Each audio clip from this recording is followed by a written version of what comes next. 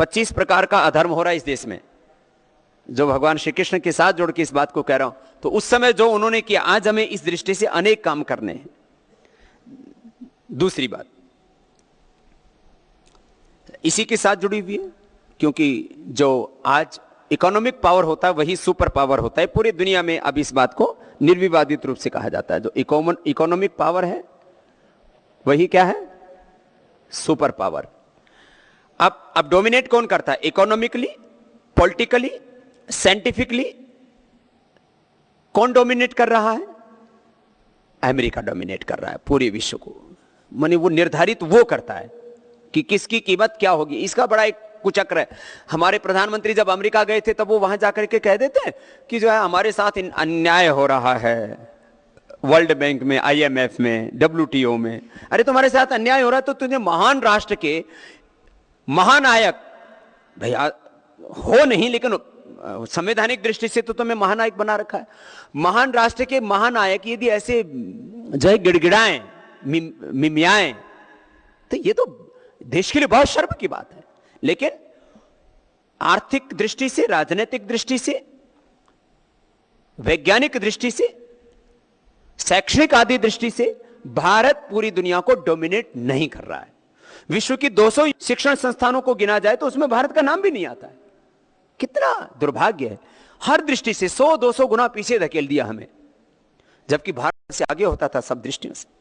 दूसरा, यह आर्थिक अधर्म की बात की मैंने, और आर्थिक अधर्म के बाद अब दूसरा, और भी कई विषय आएंगे इसमें।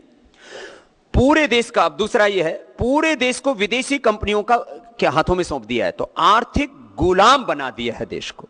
राजनीतिक दृष्टि से हम आजाद हैं, भारत एक संप्रभुता संपन्न राष्ट्र है, उसका अपना एक संविधान है, और पूरे जो है विश्व के जितने भी देश हैं उनका एक अपना संगठन बन गया है। तो वक्त के साथ चीजें बदलती रहती है। आज उसको अमेरिका डोमिनेट करता है, चाहे वो UN आदि जितने भी संस्थाएं। लेकिन भारत राजनीतिक दृष्टि से यद्यपि आजाद है, बौद्धिक दृष्टि से, विद्या की दृष्टि से, ज्ञान की दृष्टि से, बहुत दृष्टियों से उसको गुलाम बनाने के षड्यंत्र चल रहे हैं, लेकिन आर्थिक दृष्टि से तो इसको आज भी गुलाम बनाया हुआ है। माने सेंसेक्स से लेकर के और MNCs और FDI, सेंसेक्स हो, MNCs हो या FDI हो, ये हमारी अर्थव्यवस्था को नियंत्रण कर रहे हैं। ये एक बहुत बड़ा अधर्म हो रहा है। इससे भी देश को मुक्त करना है। देश की अर्थव्यवस्था का निर्धारण मुंबई के जो है सेंसेक्स से नहीं होगा, देश की अर्थव्यवस्था का निर्धारण गांव के खेत से होगा, तब यह देश जो है आगे बढ़ेगा।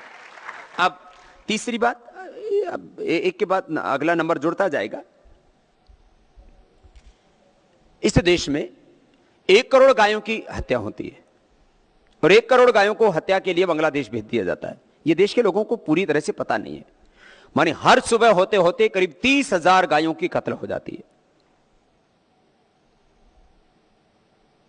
हर सुबह होते होते करीब 30,000 गायों की रोज हत्या होती है, उनका कत्ल हो जाता है। कैसा भारत, कितना बड़ा पाप, गो हत्या का कलंक कितना बड़ा।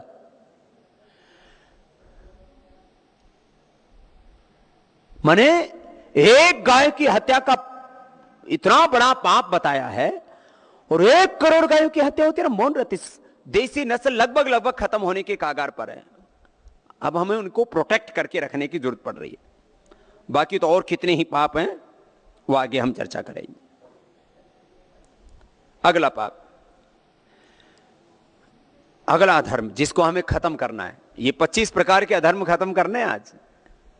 मैं इसको शीघ्रतापूर्वक रखूंगा और पूरे देश के लोग इसकी चर्चा करें आपस में। यदि हम आज जन्माष्टमी के दिन इसकी चर्चा नहीं करेंगे, कि जो दिन ही इसके लिए है कि भगवान कृष्ण का तो जन्म ही अधर्म, पाप, अन्याय के विनाश के लिए हुआ था, और सारे भारतीय मिलकर के हरे कृष्ण भक्ति इतने हैं, इस देश में राम भक्त इतने हैं, ऋषियों की संतान इतने हैं, देश को बचाने वाले इतने हैं, कि जो देश को बेचने वाले और लूटने वाले हैं वो तो मुट्ठी भर लोग हैं। वो तो एक जो है फूंक में उड़ जाएंगे, हवा में उड़ जाएंगे। कहीं पर निराश होने की आवश्यकता नहीं है। अधर्म, अंधेरा कितना ही घनघोर हो, लेकिन योगेश्वर भगवान श्री कृष्ण एक बात और भी कहते गीता में कि निराश मत हो, तुम तो निमित्त मात्र बन जाओ। कालोस्मि लोक क्षयकृत प्रवृद्धो लोकान समार्तुम यहां प्रवृत्तो ऋतेपि त्वाम न भविष्यन्ति सर्वे एव स्थिता प्रत्यनुकेश योद्धा तस्मात् त्वम् उत्तिष्ठ यशो लभस्व जित्ता सत्नु भुंक्ष स्वराज्यम समृद्धम मया वेहेते निहितापुरमेव निमित्त मात्र भव सव्यसाची।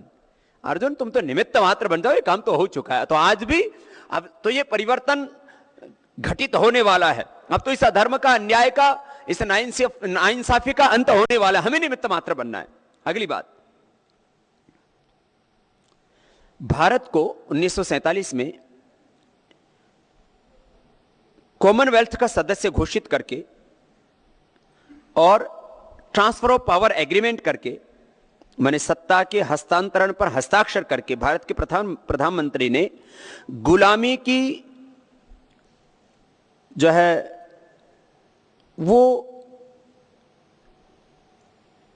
ऐसी ग्लानि देश के अंदर फैलाई कि गुलामी को गौरव में दर्शाने का प्रयास किया और भारत की बौद्धिक संपदा, भारत की सांस्कृतिक संपदा, भारत की भौतिक संपदा को कॉमनवेल्थ घोषित कर देना, ये तो माने इससे बड़ा नीचता का काम तो कुछ हो ही नहीं सकता था।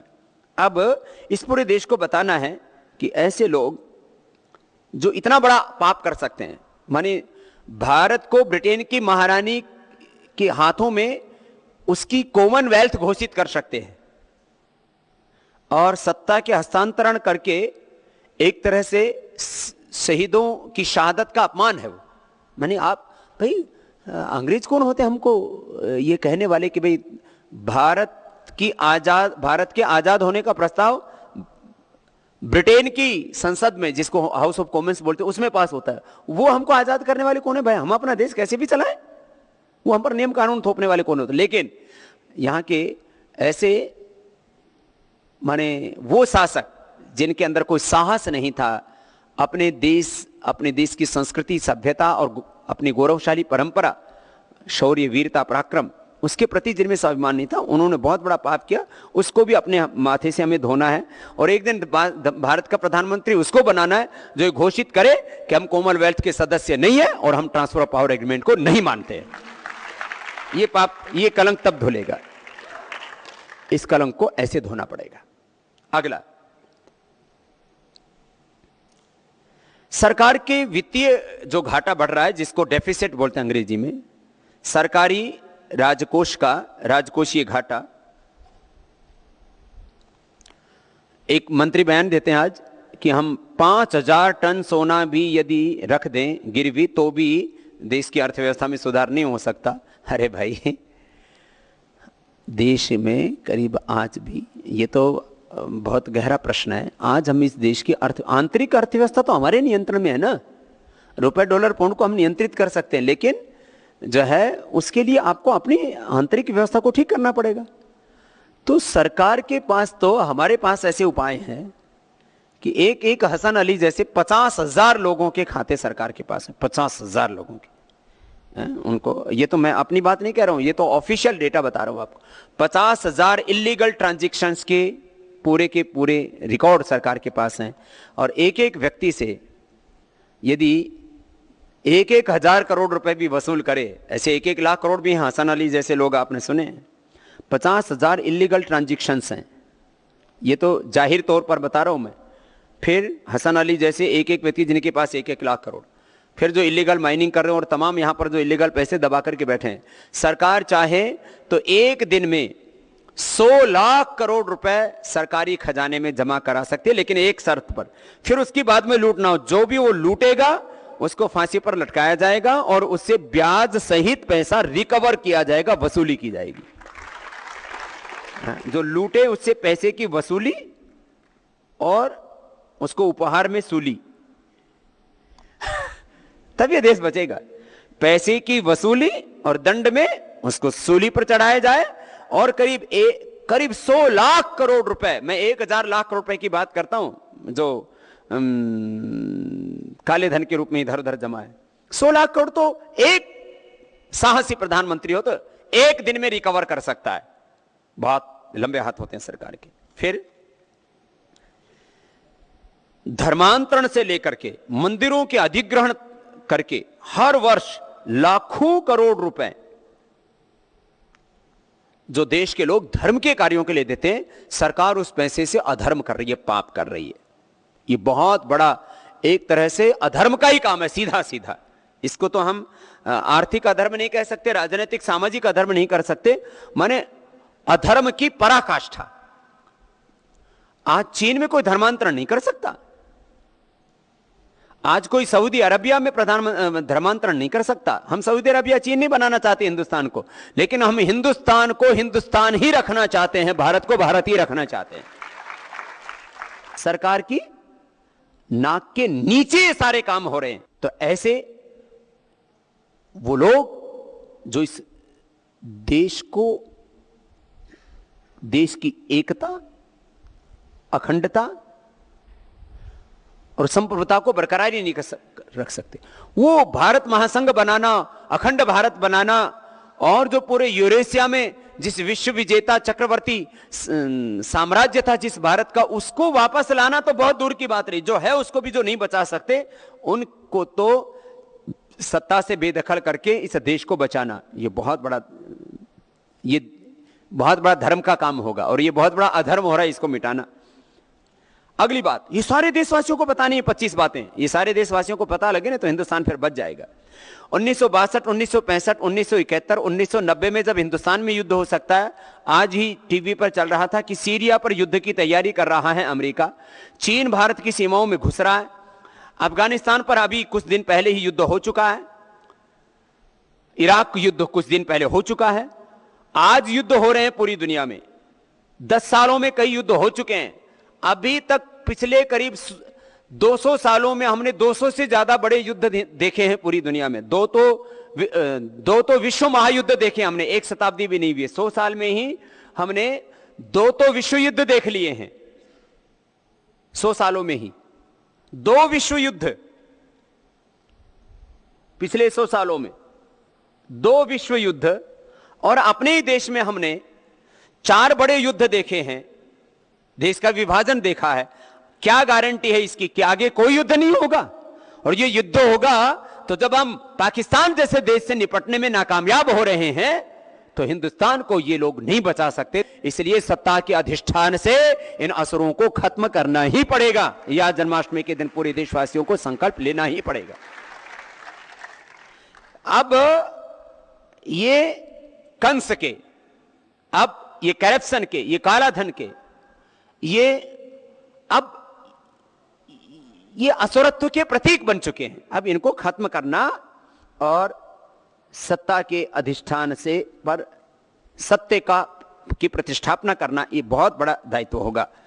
अगली बात, विकिपीडिया, मित्रोखेन जैसे लोग ये खुद कह चुके हैं और उसके पूरे प्रमाण दे चुके हैं, और सारे दस्तावेज विकिपीडिया ने पूरे देश के सामने जारी किए। वो खुद कह रहे हैं कि भाई ये तो विदेशी इन सब लोगों के पेरोल पर काम कर रहे हैं, इनकी कठपुतलियां हैं। ऐसे इन कठपुतलियों के हाथों से इस भारत माता को, ये हमारी मां है, हमारे लिए जमीन का टुकड़ा नहीं है, इसको हमें मुक्त कराना है। ये जन्माष्टमी के दिन पूरे हिंदुस्तान के लोग संकल्प लें।